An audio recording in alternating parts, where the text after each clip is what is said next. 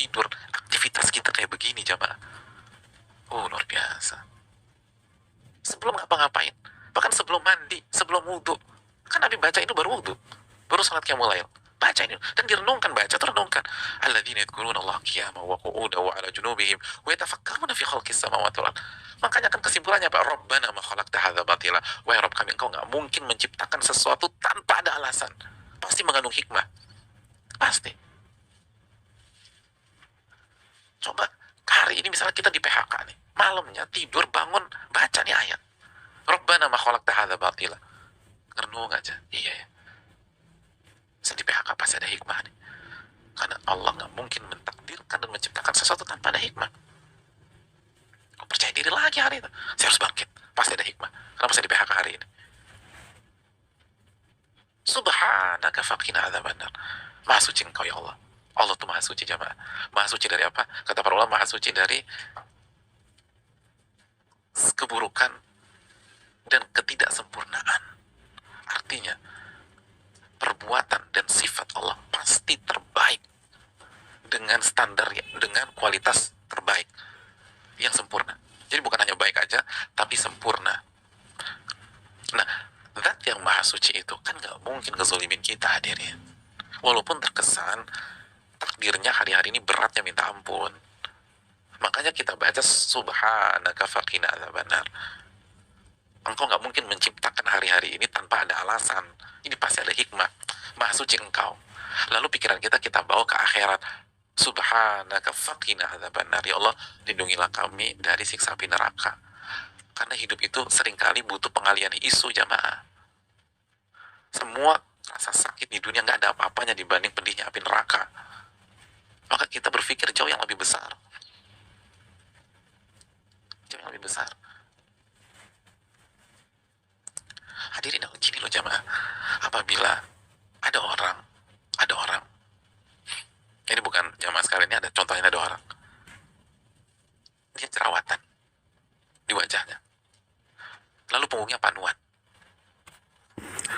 kakinya kutu air, jempolnya cantengan, dan selama akhir-akhir ini itu yang diribetin, itu yang disibukkan. Dia sibuk ngurus jerawatnya, sibuk ngurus panunya, sibuk ngurus kutu airnya dan sebagainya.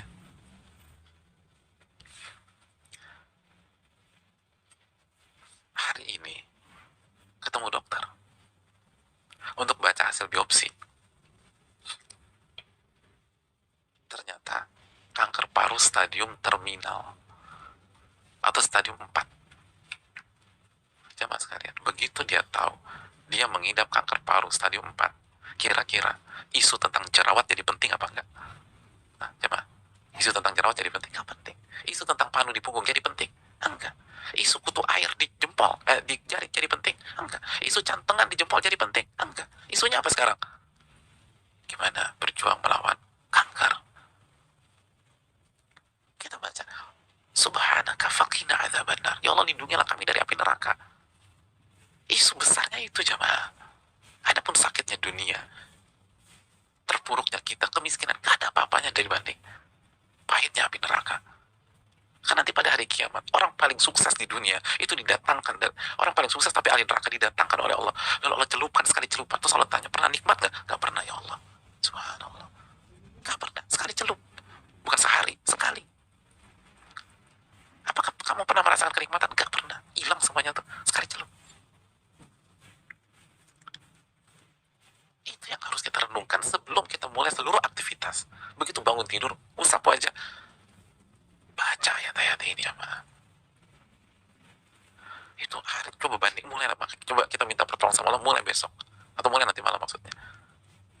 Dan bandingkan hari itu, renungkan. Jadi apapun yang saya akan alami hari ini itu gak ada apa-apanya. Apapun yang saya akan alami hari ini pasti gak mungkin sia-sia. Pasti ada hikmah. Kan udah baca Rabbana ma khalaqta hadza batila. Ya Allah, gak mungkin sia-sia. Jadi udah briefing diri sendiri dulu. Kenapa kita shock? Karena kita nggak briefing diri sendiri. Kita nggak tafakur di awal sebuah aktivitas dan sebuah hari. Makanya bingung.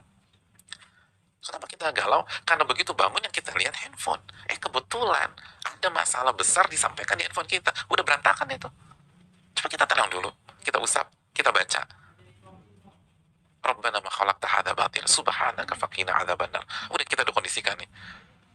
Semua yang terjadi di langit dan di bumi itu karena kehebatan Allah Subhanahu wa taala, perbuatan Allah Subhanahu wa taala. Suka maupun duka di tangan Allah. Bahagia dan sengsara di tangan Allah.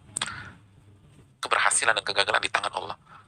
Ya Allah, Engkau tidak mungkin menciptakan sesuatu tanpa ada alasan, tanpa ada hikmah, tanpa ada pelajaran. Tak mungkin menciptakan sesuatu sia-sia. Lalu subhanaka, Engkau maha suci. Gak mungkin kau zalimi saya. Fakina ada benar. Lalu isu ke akhirat, isu ke neraka. Baru begitu selesai, WA, kita baca WA, ternyata ada berita yang gak nyaman. Tenang kita, lebih enak. Udah briefing dulu, udah tafakur dulu.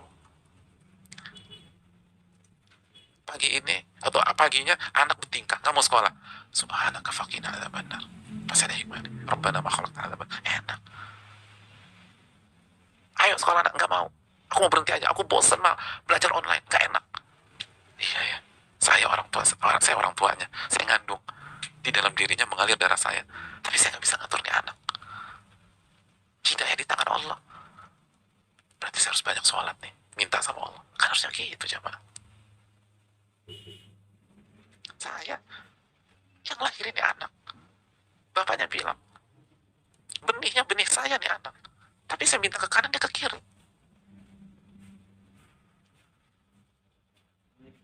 Disuruh mati dia kecebur got karena main cebur deh. Disuruh belajar kabur nih anak, berarti di tangan Allah bukan di tangan saya. Saya harus minta sama Allah Subhanahu wa taala, kan begitu hadirin. Lalu timbul rasa optimis, ini pasti ada hikmah. Rabbana ma khalaqta hadza batil, pasti ada hikmah nih. Subhanaka, karena Engkau maha suci, gak mungkin menciptakan sesuatu yang buruk kepada saya.